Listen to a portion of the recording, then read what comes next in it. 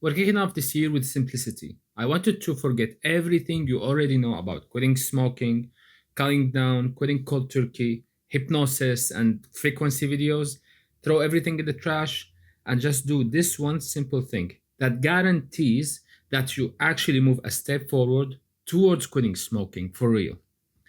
I want you to pretend that you are a non smoker for 30 days. That's all you gotta do. It's as simple as that, I promise you. I want you to pretend to role play a non smoker life in which you simply do what non smokers do and don't what non smokers don't do. It's as simple as that. Because planning and overthinking shit is what keeping you a smoker, even though you've been trying for years to quit. Okay? And here is the thing. When it comes to quitting smoking, you're actually afraid of a collapse. Like you overthink it, you ask about your mornings, about your routines, about your days. What collapse are you afraid of?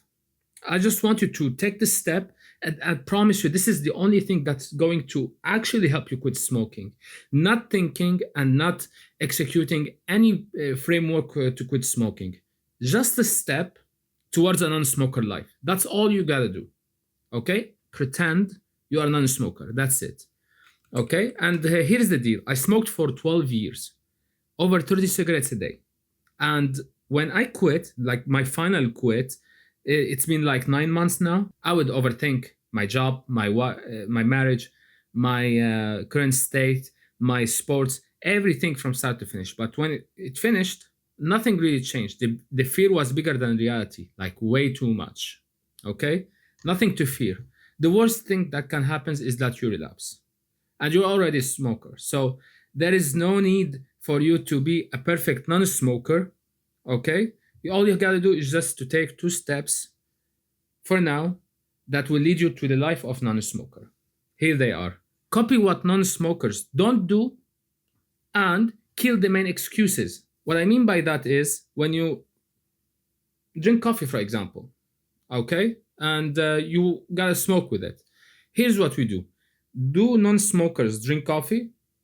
Me included? Yes. Do we smoke cigarette with the coffee? No. Of course not. Therefore, where we copy non-smokers here is we don't smoke with coffee for now.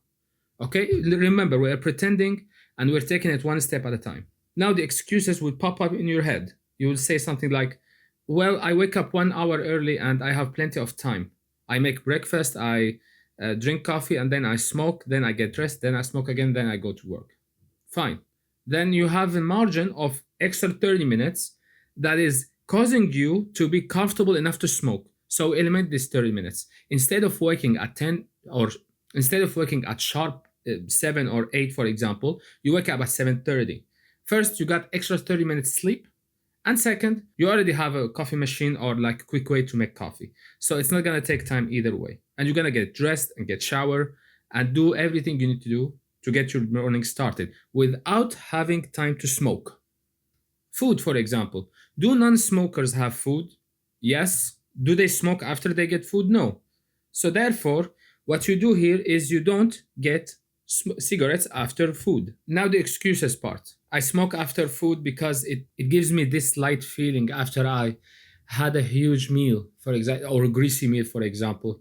Then you have a cigarette, then you feel more relaxed, etc. Okay, then we can replace that because first, this is a dopamine spike. Okay, so we replace it with something else. You can have something like a light candy, you can have something like a banana, you can have something like an apple, whatever you please. Okay, when it's food. When it's drinks, for example, beverages, you can also have light beverages. There is not absolutely nothing wrong with that. That's what non-smokers do. They don't do they do something similar, but instead of smoking, they do something they like. Do you like to smoke? I don't think so. That's why you're watching this video. Let's not pretend that's not the case. Stress. This is the biggest one for smokers. Do non smokers get stressed? Yes. Do they rehearse conversations in their heads? Yes. Do they smoke before or after conflict to feel less stressed? No, they don't. A delayed collapse is always a collapse. There is no way you are going to manage stress and then delay it and then you won't get stressed again. You will the stress will always be there. You don't have to sedate it or downplay it in order for you to maintain what you are trying to maintain. It's not maintainable if you are trying to maintain it with tools like cigarettes. That's very counterproductive. Whatever problem you have, it will increase later on. So you will have to take it head on either way without cigarettes. If you are afraid of being annoying, then you're trying to people pleasing. That's a problem. You shouldn't suppress with cigarettes. If you are trying to walk on eggshells and that's why you over smoke, you are tolerating way too much bullshit. And that's the problem. It's not the cigarettes. That's what non-smokers do. And you do yourself. It's just that with cigarettes, you sort of get a permission or you get some sort of delay before the action. Just get right to the action, and so on, and the list goes on. Whatever situation you find yourself in, just go for what non-smoker don't do, and don't do that. And because it's pretending and not a glamorous quit and not a glamorous adventure, you should lower your expectations to the ground. It's okay to fail. Here's what I mean by that. If, let's say, for example, you quit smoking with coffees in the morning, right? Then you're moving forward through your day and you find yourself asking a friend for a cigarette. Is that a devastating thing? No, it's not, because you are pretending, you are role playing, lowering your. That's the point of role playing. It's to allow yourself to fail in a controlled manner. When you fail, you learn. What patterns are you always triggering and what situations you always find yourself in, or put yourself in more accurately, and then you allow yourself to smoke in these situations. You become more aware, and that's why it's okay to fail. Before my final quit, I relapsed more than 8 times in 1 month. I broke packs. I threw them away. I bought a pack and then gave the rest to a friend. I borrowed from friends. I've done everything you can think of in order for me to quit romantically, and it didn't work. What worked was I did an honest hour with myself over and over again over a month, and I smoked 30 cigarettes a day. And then I decided that enough is enough. I'm no longer interested in cigarettes. This is not me. I'm not a smoker. And I decided a random Monday. I quit on the random Monday, and I kept this promise to myself till this day, that I'm not going to smoke again, no matter what. Okay? But I was prepared to fail. It just having the 30 days streak is what kept me encouraged to stay and to carry on, because it's worth it. I achieved something. It is quitting a toxin that is causing me clarity and causing me anxiety. I'm always in this state of where I am overstressed and understressed. So quitting smoking helped me here, but I was ready to fail. And the thing is, when you watch videos like these, you are already halfway out. You're already non-smoker because you don't want to stay a smoker. Smokers don't search for this shit. They are way too drowned in their habits and they don't think there is a way out or don't even consider quitting. But for you who's watching this, you are already halfway out. Just take action and role play the rest. And now some counter arguments appear naturally.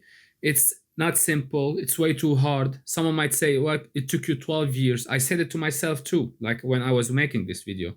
And the most annoying one is that we're all gonna die anyways. All these excuses will appear, but they are irrelevant. One important thing here is that we are pretending to be a non-smokers. Okay? We're just taking small, controllable actions towards a non-smoker life. Okay? The brain doesn't know that yet because we are taking steps. When we take the next step and the next after and the step after, it becomes the norm that you are a non-smoker. Every excuse you can think of is just that. Each one of them are not good arguments, and no one would have quit smoking if it actually true. Okay? Let's take just one, which is the most annoying one for me. We're all gonna die anyways, so fuck it, we can smoke and why not? Well, we're gonna live anyways, but when you say that you are gonna die anyways, it means you have to give up on life before you're dead. Okay, when you give up on life before you're actually dead, means that you are already decided that your output is limited, your potential is capped, and you're doomed to fail no matter what. You're putting yourself in a state of learned helplessness where you just accept what life throws at you. And that's not a way to live life. I've seen tons of people live this shitty life and they're working their asses off for a small amount of money in comparison to their potential, and they're just pretending to be happy in their lives. But you can see it, can't you? You can see it leaking through them. And it's not a coincidence they smoke too. How you live your life matters more, way more, than how you die. So appreciate your life and actually live a life that you actually desire. Take a step towards it. Okay? And that's how you kick off your year with something that you actually desire. You have always desired in the past, and now you're seeing this, it's time to apply. Okay, take a step forward. That's all you gotta do, because the outcome of this practice is always good. Well, if you fail, you learn about yourself and you start to be more self-aware and you adjust accordingly. If you succeed and stay 30 days smoke-free, then what happens is that you're not negotiating with the cylinder all day, and you're not managing your stress. It's not going up and down, and you just inhaling nicotine all the time. You just have the same life, but with way more clarity and way more energy, and that's how you take way better action. And that's how that's the reason you also have deeper sleep. You will see that in the first month in particular, where you conserve energy to something that matters to you. Okay, that's why it matters that you actually take steps toward quitting smoking. And like I mentioned, every method is irrelevant and every crutch is irrelevant. All you gotta do is just take a small step towards a non-smoker life. So just go for it for the next 30 days, starting today, starting tomorrow, starting the next week, whenever you please. Just take a step towards yourself and pretend you're a non-smoker till you make it. Fake it till you make it. Isn't that what you say? And I want you to comment when you actually start. If you have an excuse, I want you to comment the excuse, because I really love to argue with people. And I will help you from here. Forget about coaching, forget about anything, any service I have, which you will find available in the description. I will tell you this.